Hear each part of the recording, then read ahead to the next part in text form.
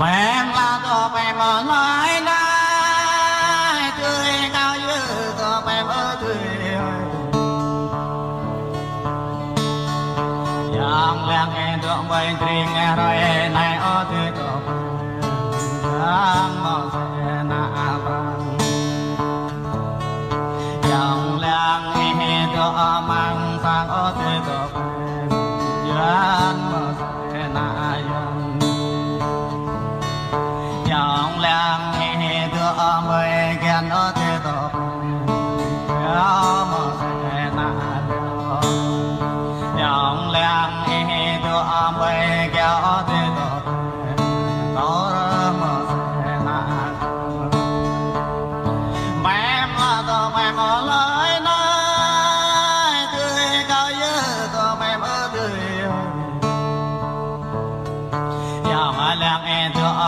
karpel tok de to men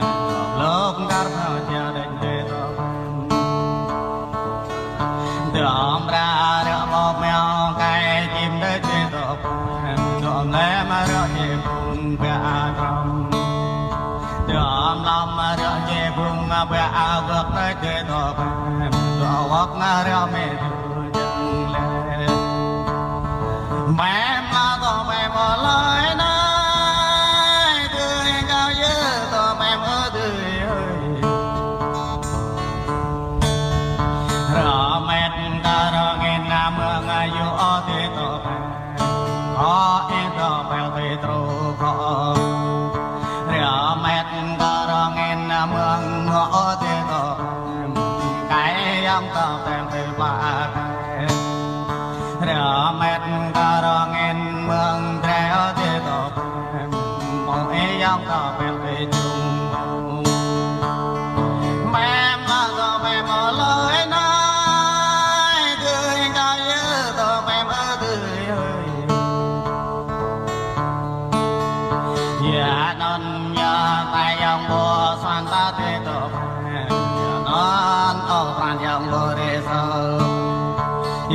non nhớ tay được cái tương lê thế rồi đường bài giang hồ hàng nhật em lo tao em ở lối này tươi cao như tao em ở tươi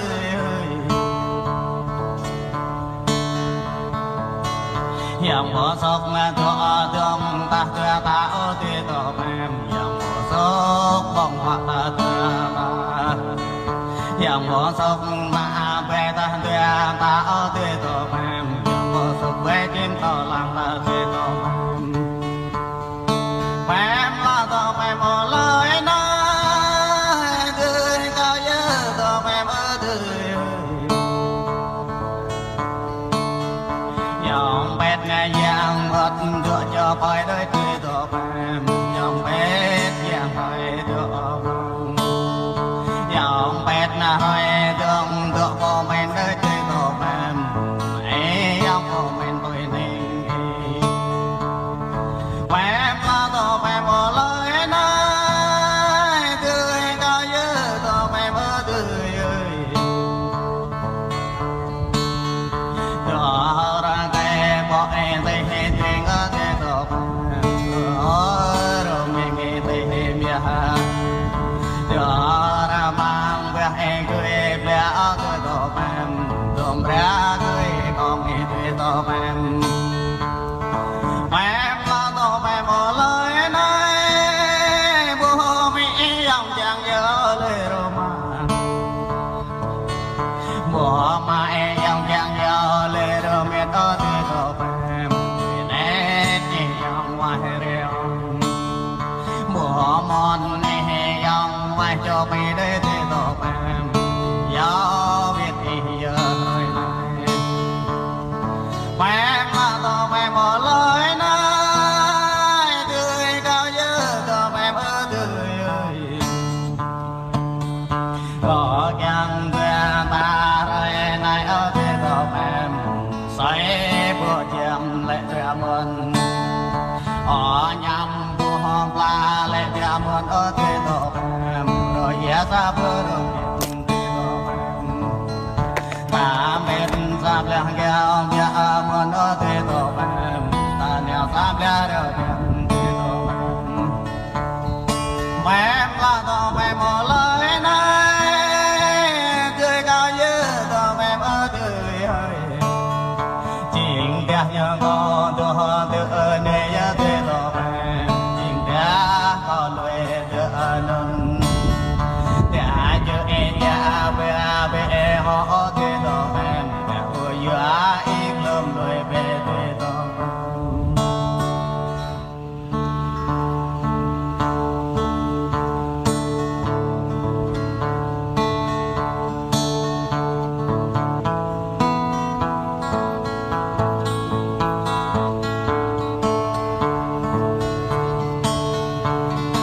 mẹ là to phải mà nói này tươi cao như to phải mơ tươi